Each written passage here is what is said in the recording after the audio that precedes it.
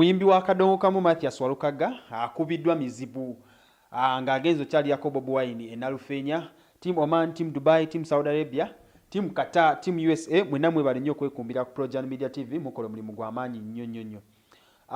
Zabadde olunaku lw'ejjo Bobi Wine yabadde mu district y'e Luuka gye yabadde akubanga campaign ze zabadde zituuse. Jjukira yatandikira mu district ya wali eya Arua yatandikira campaign ze era abadde aze ku trail ye ng'ayitirira mu district yaviira ddala Northern Uganda n'asala n'adda mu Eastern Uganda azakikuba nga bwe mumanyi ng'alina abantu bangi nnyo bangi nga bwe mukimanyi nti Bobi Wine ayagalwa nnyo abantu abasinga era essaawa zino okudda ku lupapula olabira ddala nga Bobi Wine essaawa zino ku lupapula ali waggulu nnyo, ayinza okuba alina 70% azabanga ayinza okuba nga ayodde oba nga ogenze ku ogobedde opinion polls okusinziira kuba abantu aze afuna ku rally ze bwazazikuba. Naye mabegakaawo isi ya issuing warning eri ba candidates abakuba rally n'esaba nti abantu babeere bibiri byokka.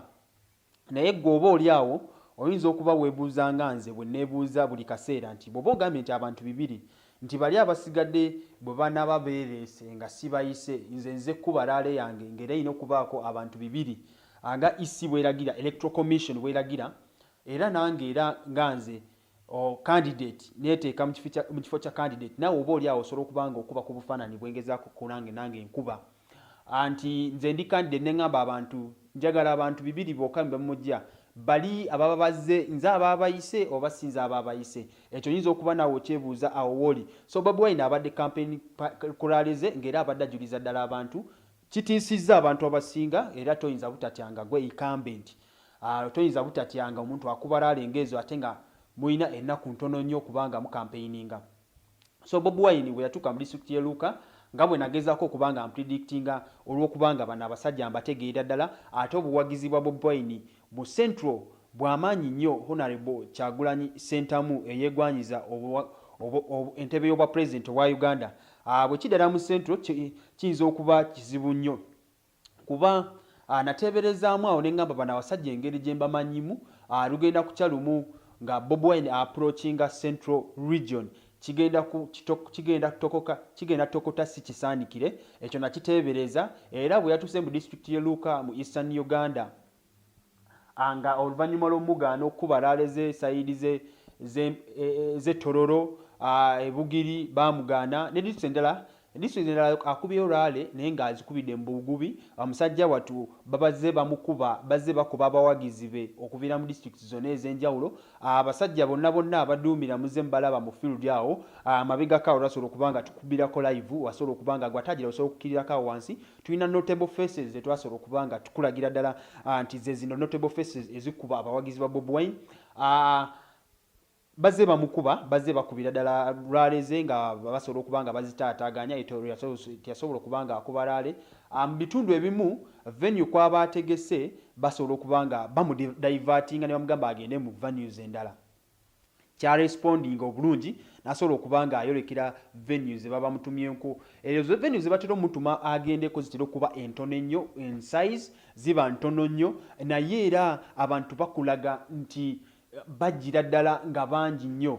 Bwe yatuuka mu district y'e Mayuge abantu baabagaana okuba nga bagenda Bobi Wine gyali abo bagenda ku rally ya Bobi Wine twakulagako mu video zaffe ezimu ng'abantu bawuga one of the rivers oba oyinza oguyita omugga ng'abantu bawugira ddala bagenda okuba nga beeyunga ku rally ya Bobi Wine nga ne poliisi ebakubira tiyagasi ne mu mazzi. Ekibye ennyo police brutality hashtag njagala okubanga bw'obanga ogenda mu comment box yaffe njagala oteekeko free Bobi Wine hashtag esooka hashtag eyokubiri end police brutality in Uganda. Eyo hashtag njagala okubanga ogatta ku comment yo. Bw'obanga tona commentinga njagala hashtag ezo ziba zisooka waggulu then otuwe endowooza yo. Bw'obanga olumirirwa Uganda nga nawe oli mu Uganda munaffe bw'obanga yadde tuyinza okuba tetugatta political ideologies. Oyinza okusanga nga Bobi Wine tagatta political ideologies naawe muganda wange ali ku Projan Media TV naye bano be bakuba bannayuganda tebakuba Bobi Wine.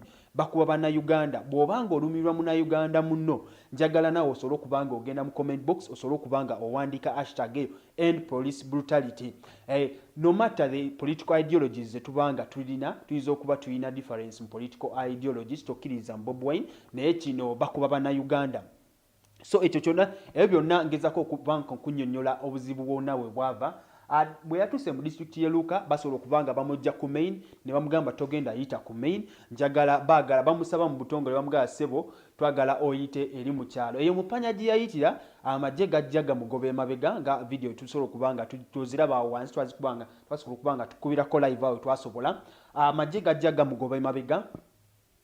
Bwe yatuuka mu maaso nga road block endala waliwo vaawo mpitewo y'amaanyi nnyo bannamawulire baatukuba era bwe njogeere essaawa zino reportinga direct from home basobola okubanga batukuba mizibu nnyo era munnamawulire munaffe nkusaba bannaye nsaba Katonda asobola okubanga akuwonya emizibu gye bakubye bamukuba bubi nnyo bamusprayinga pepper spray mu maaso era essaawa zino sayiti ye tesobola kubanga tenatereera bulungi naye tumusabira fenga abanamawulire banne tumusabira ddala asobola okubanga atereera bulungi nnyo ddala. Bwe yatuuka awo wabaddewo kagoye bwezinge w'amaanyi nnyo vaawo mpitewo yabadde w'amaanyi fe abanamawulire naffe gwe nawe obanga olumirwa abanamawulire njagala nawe osooka okole ki osobole okubanga nawe okomentinga hashtag eno peace twagala dembe abanamawulire naffe twagala eddembe journalism is not a crime hashtag njagala nawe okubeere nga osobola okukola ki ogiteekako bw'obanga olumirwa ffe abanamawulire.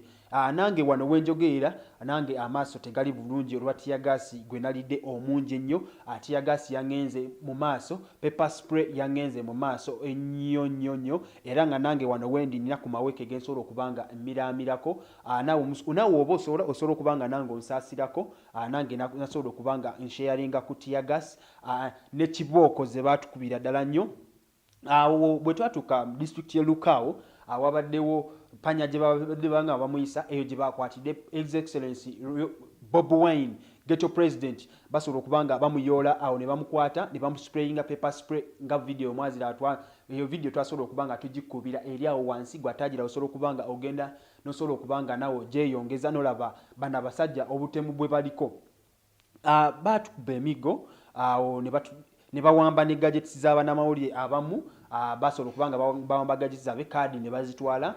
Tujjukire olunaku olw'ejjo baganye media houses zonna esobola okubanga zikuba live basobola okubanga baconfiscatinga live units zaabwe basobola okubanga babaziyiza okulaga ebigenda mu maaso eyo wansi gye badde bakwatira Bobi Wine gye badde bamuwambira ku buno buwambe bwennyini basobola okubanga baziyiza TV ezisinga era ne baziteekako embago ne baziteekako ekiteekateeka nti ekiragiro sinakiteekateeka ekiragiro nti tebalina kubanga bakola story yonna eya Bobi Wine tebalina kubanga bakuba live yonna ey'ebintu byonna ebisobola okubanga bigenda mu maaso awo masekati mu Kampala. Bobi Wine olwamukwataawo batuziyiza okubanga tugoberera oba okubawa emboozi yonna okubagoberera okulaba nga gye bamutwala wabula oluvannyuma twasobola okubanga tutegeera nti Bobi Wine atwaliddwa awasinga okutiibwa mu kibuga Jinja oba mu Eastern Uganda mu ttaka ly'Obusoga. Bobi Wine bamutwala Nalufeenya ffenna tumanyi waliyo history mu binnyo okuviira ddala mu bululu bwa 2016 Nalufeenya eyo story yaayo sagala mbeere nga ngigendamu nyinza okuyungulira amaziga kuba abantu baffe bangi nnyo abasobola okubanga batulugunyiza eyo sayidi zeeno baganda baffe abasiraamu twongera obbasaasira bonna abayiseeko mu kifo ekyo ekya Nalufeenya era wenjogeera Bobi Wine ali ssaawa zino Nalufeenya gye bamututte olunaku olw'ejjo awo ekyo omukwata wabula kyasparkinze off embeera etali nnungi mu kibuga kyaffe Kampala n'emibuga ebirala byonna Kayunga wonna district za Uganda zonna okwetoloola ensi yonna zabadde zeekalakaasa. Bwe tugendako mu ggwanga ly'e Turkey abanayuganda abali basobola okubanga bagenda ku embassy ya Uganda okubeera nga beekalakaasa muziri ensi engwenyufu oba engunjufu ensi ezigoberera amateeka poliisi yakoze omulimu gwayo mu ggwanga ly'e Turkey okubanga protecting abanayuganda abadde ne peaceful demonstration free Bobi Wine yabadde hashtag trendinga ennyo poliisi y'e Turkey yasobola okubanga ekola omulimu gw'amaanyi. Poliisi ya Uganda omulimu gw'endwadde ekola essaawa zino poliisi y'e Turkey yasobola okubanga egukolera Uganda abawangalira mu ggwanga ly'e Turkey. Yasobola okubanga epa protectingira ddala basobole okubanga batuukiriza their constitutional right of non-violence demonstration gye basobola okubanga bakaringa out emmaaso awo mu ggwanga ly'e Turkey. Muno mu Uganda ekyabadde ekitokota kisaanikire baganda baffe bonna abasobola okubanga bafuna ebizibu twongera okubasaasirira ddala. Byonna byonna twalabyeko awo mu kibuga Kampala ekimotoka kya NRM kyasobola okubanga kiyingira nekikyomera abasajja abantu abatalina musango abadde ku byabwe ne kibamenya amagulu. Awo ne wafiirawo omusajja omu mu bwangu nnyo ekitali kirungi. Omwoyo gw'omugenzi omukama agumize mirembe. Muganda waffe eyabadde ku Entebbe Road ng'avuga taxi eyakubiddwa essasi olw'okwambala emijoozi oba okwambala ebyambalo bya people power, naye twongera okubanga tusaasira famire ye era omwoyo gwe omukama agumize mirembe era struggle wagituusiza muganda wange. Ne wabula nsooka njagala nsooka empabule oba mpeereze kawoninga katonotono banna struggle wonna gye muli eyo. Bw'obanga osobola okubanga weenyigira mu struggle weenyigiremu ne beera mwegendereza nnyo. Abasajja bafunye orders endala ennyo. Naye Bobi Wine bwe yatwaliddwa Nairuvenia abantu abangi abagenza okubanga bamukyalirako. Nalabyeko Honorable Winnie Kiza yasobola okubanga akyalayo e Nalufenya asobole okubanga alaba ku mubanda wa Kabaka embeera gy'alimu. Honorable Segirinya yasobola okubanga oba Lord Councillor yasobola okubanga naye agendayo, naye bwe yatuuseeyo ye yakwatiddwa naye n'ayingira munda. Bwenjogerera Segirinya ayinza okuba aliira munda mu Nalufenya eyo torture center gy'oyinza okubanga ogiyita. Ffe ng'abannamawulire tuvumirira ddala #journalism is not a crime. Obwannamawulire si musango oba sigwa naggomola okubeera omunnamawulire. Osobola okubanga naawe ogattako eyo hashtag gwe amanyi Oluganda osobola okubanga eyo hashtag ogivunulako mu Luganda esobola okubanga etrending ddala muno mu Central oba Kabaka obwa Buganda.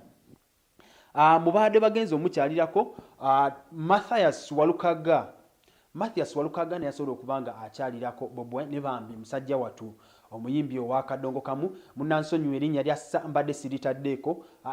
Mathias Walukaga akubiddwa muzibu era wenjogerera embeera ye tewoomya nakalulu era ali bubi nnyo wenjogerera. Musabire Mathias Walukaga akubiddwa era ali mu mbeera nnyinyo ddala era bw'omulaba mu kifaananyi awo wansi asobola okubanga akubwa abapoliisi ne bamusprayingira pepper spray mu maaso era wenjogerera addusiddwa mu ddwaliro. Ebinaaba bisinzeewo tugenda kuba twongera okubanga tukuwa update ekiri ku ground naye nga embeera si nnungi yadde n'akatono. Wabula gwe muganda wange mbadde nsaba weegendereze bw'obanga oli mu struggle osobole okubanga ensi ensuubizi ogiraba ng'abantu abasinga bwe bagamba osobole okubanga ensi ensuubizi osobole okubanga ogituukamu. Sagala obeerenga muganda waffe Moses eyataasobola kutuuka mu nsi ensuubize. Yakola buli kyesoboka naye wabula ensi ensuubize teyasobola okubanga agituukako. So muganda wange njagala weegendereze mu byonna by'okola obeere mwegendereza nnyo naye tova ku mulamwa. Ensi ensuubize osobole okubanga ogituukako. Projan Media Magoba Profit gemanya nsobole okubanga nkuweereza tovaako. Subscribinga ng'otana subscribinga muganda wange atana likinga naye likinga lekawoko comment nga bwe nkugambye hashtag eriemu hashtag ziri 3 z'olwanga olina okubanga ogattako mu comment zo ososa hashtag free Bobi Wine journalism is not a crime and police brutality in Uganda.